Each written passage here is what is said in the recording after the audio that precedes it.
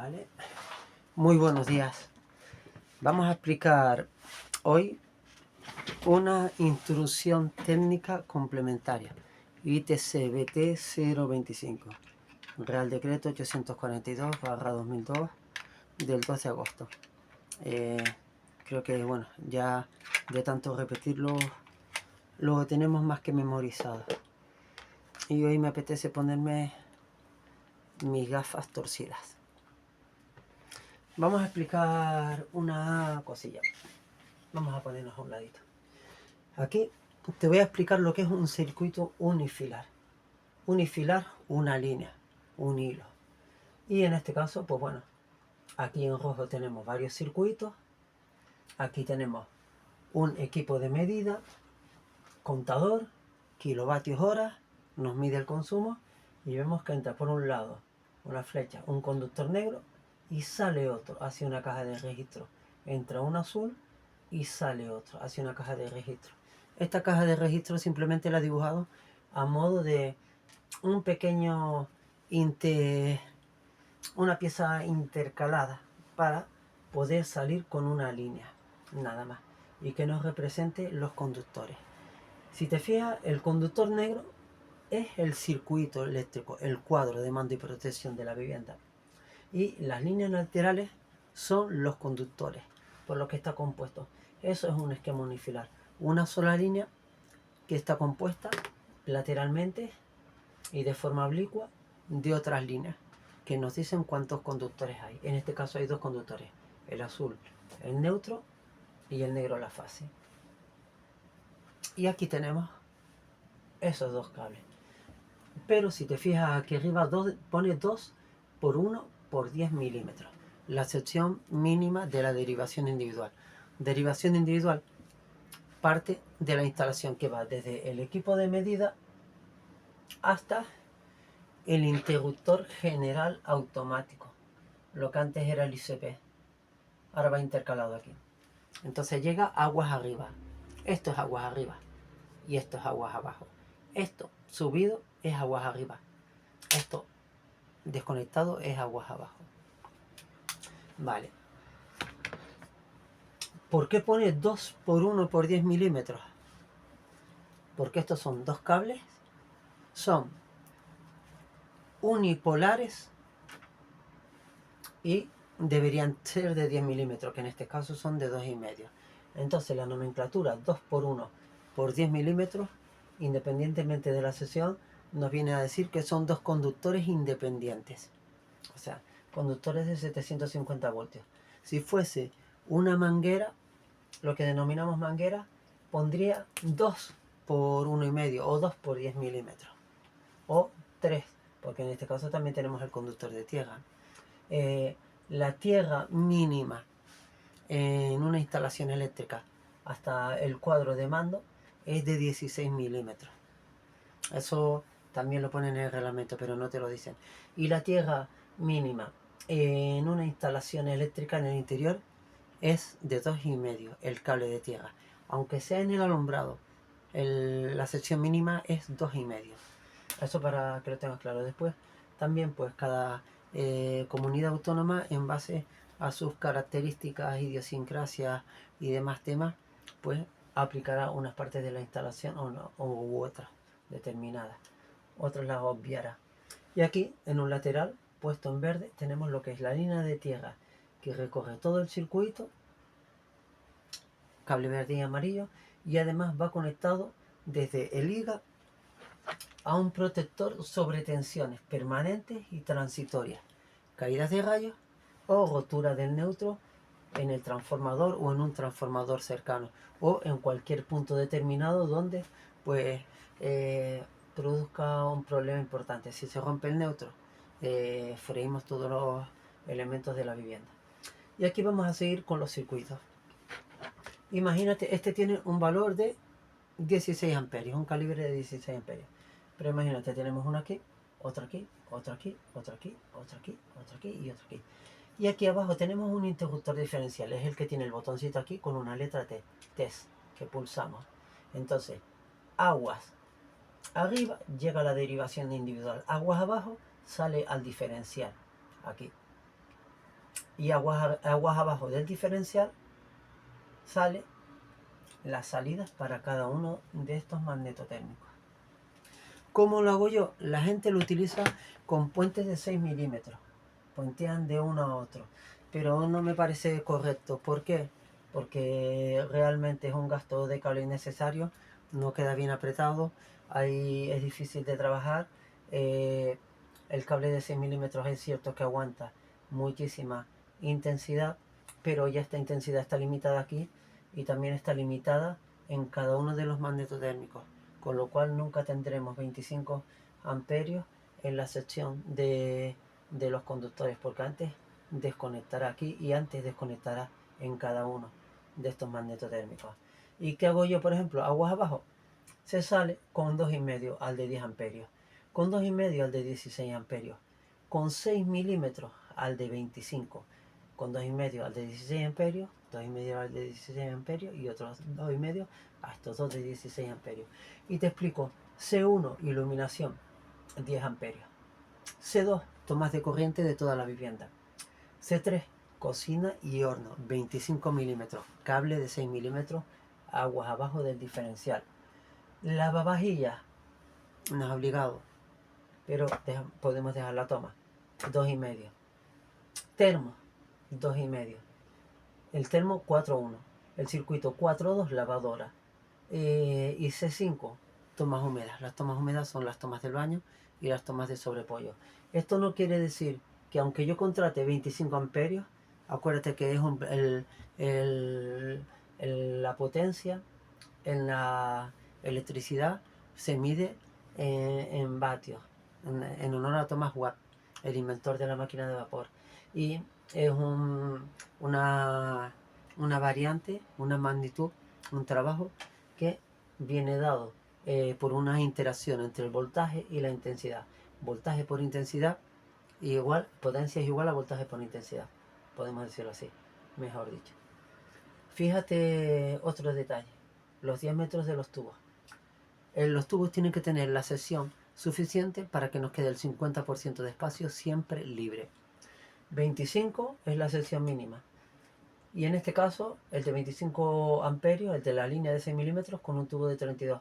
Pero en este caso, la de la derivación individual, con un tubo de 40. En caso de que sean 10 milímetros.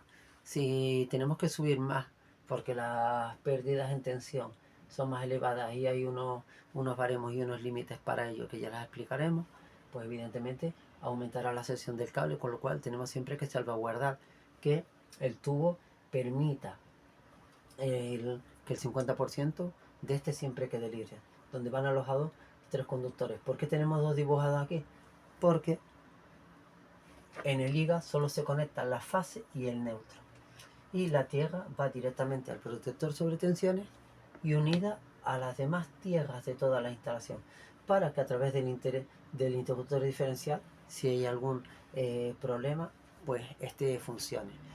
¿Cómo funciona el interruptor diferencial? Si llegan 230 voltios, tienen que salir 230 voltios. Si salen 225 voltios, ya tengo una pérdida, y esa pérdida está producida, porque así están diseñados, para que se esté perdiendo en alguna pieza metálica, en algún chasis, en alguna, o sea, coja un camino por el cual no tiene que coger, que o bien ponga en peligro la seguridad de las personas, o bien nos diga que un aparato está dañado. Nuestra responsabilidad llega hasta el enchufe.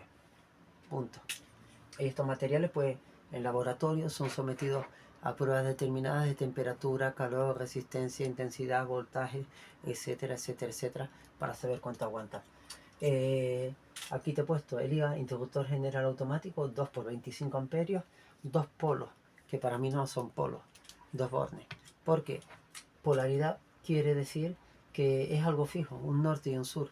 Pero aquí te he dibujado un eje de abscisas con un polo positivo, un signo positivo, un signo negativo, un, una línea horizontal en donde se cruzan al eje vertical con un 0 y en el cual una onda senoidal. ¿Qué pasa? En 50 hercios, que se repite en una frecuencia 50 veces en un segundo, es positivo o negativo, positivo o negativo. ¿Es positivo o es negativo? ¿Podemos hablar de polos? No, yo no hablo ahí de polos, porque constantemente están cambiando 50 veces en un segundo. Son demasiadas veces como para decir esto es esto. Interruptor diferencial 2 por 40. Y te das cuenta que aquí hay 25 y aquí hay 40. ¿Por qué este 40? Porque el 40 nos dice la capacidad mecánica que tienen que aguantar y para las que están diseñadas estas piezas. No quiere decir que vayan a llegar aquí 40 amperios. Nunca van a llegar porque aquí están limitados con 25 amperios. O sea, lo máximo que va a llegar aquí son 25 amperios. Este 40 simplemente marca la resistencia del aparato, de la estructura, de las piezas interiores, lo que es capaz de soportar. Porque aquí lo que nos interesa son los 30 miliamperios. Es a lo que produce el salto, que lo vamos a explicar en la siguiente clase. ¿Ves? Primero, 2 por 10 amperios, 6 kiloamperios. 2 por 16 amperios, 6 kiloamperios. Estos son los calibres. Y debajo los conductores 2 por 1 por 1,5. Esto ya, hasta aquí llega nuestra responsabilidad. Esto es la lámpara. 2 por 1 por 2,5. Más la tierra que la pone al lado. 2 por 1 por 1,5 más la tierra. ¿Qué más? Tenemos intensidad sub 1, sub 2, sub 3, sub 4, sub 5, sub 6. Y después tenemos una suma de intensidades nominales de todos los magnetotérmicos, en los cuales nos da 115 amperios. Pero ¿qué vamos a hacer? Aplicamos que vamos a utilizar un 3% en la instalación durante el máximo tiempo posible a la que hagamos uso de esta. ¿Qué nos hace esto? Que si sumamos todas las intensidades y las multiplicamos por 0,3, por el 3%, nos va a dar 34,5 amperios. Fíjate que exacto y que aproximado. Y aquí viene el dilema. El alumbrado en una vivienda nunca va a llegar a 10 amperios. Si te marca 3 amperios, ya puedes darte con un canto a los dientes porque es mucho. Entonces aquí habría que restar 3 amperios en este 34, con lo cual no serían ya 34 amperios, sino 31. Y también habría que restar las intensidades que no se estén sumando de los circuitos que nos estemos utilizando. Fíjate, C4, C1, C41, C42 y lavavajillas. Porque aquí hay algo en el punto 231 que es irreal y que nos lo han puesto como es irreal. Es como decir, mira, esto no es y no sirve para nada y no tiene ninguna lógica, pero lo pongo para decirte que aunque no tenga una lógica, podemos hacerlo de esta forma que tampoco tiene ninguna lógica. Te lo explicaré en la siguiente clase. Entonces, pues bueno, recordate que los magnetotérmicos tienen que tener menos aguante en intensidad que los conductores. Porque si este cable de 2,5 me aguanta 19 amperios y este automático me salta a los 16 amperios, clac, bien sea por cortocircuito o bien sea por consumo, me va a saltar y no me va a dañar el cable. Y esto me va a permitir que mi instalación sea segura. Como ves, hay una aproximación bastante cercana aplicando unos coeficientes a la intensidad nominal de todo, pero que realmente no se va a cumplir nunca si no hacemos ninguna burrada. Los 10 amperios, los 10 milímetros están más que cubiertos, porque si vamos a las tablas veremos cuánto aguanta un cable según lo que sea, polipropileno, reticulado, PVC, goma butílica, etcétera, etcétera, etcétera. Hay muchas cosas. Y realmente, pues bueno, poco más. Fíjate, AC. Los diferenciales tienen una categoría, corriente alterna, en inglés. ¿Qué pasa con la onda senoidal? Que esto es para una onda senoidal pura. Pero ¿qué pasa? Fíjate, el protector sobre tensiones protege de la vivienda para adentro. Si se me rompe el neutro en la instalación exterior que me suministra el contador y llega a mi cuadro de mando o cae un rayo, esto va a abrir el circuito, va a romper y va a saltar, va a desconectar la instalación. Pero ¿qué pasa de dentro para afuera con los armónicos? Ahí es donde entra otro problema que vamos a explicar.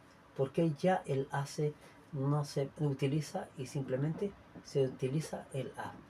Y bueno, hasta aquí la clase de hoy. Espero que te haya gustado. La veo interesante en base a conceptos. Acuérdate, unifilar es una línea simplemente con conductores. Nos marca el número de conductores que tiene. Y ahí podemos diseñar todos los circuitos que queramos. Que la potencia que tengamos contratada sean 25 amperios, la potencia, la intensidad, no delimita que yo le ponga un magneto térmico para la nevera, otro magneto térmico para otras cosas, porque esto me va a ayudar a la hora de encontrar averías, poderla cegar.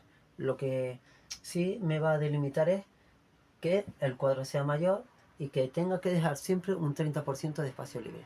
Y hasta aquí pues la clase de hoy, espero que te haya gustado y espero pues poder aportarte algo. En la siguiente te explicaré por qué el punto 231 no se cumple y no tiene ninguna lógica.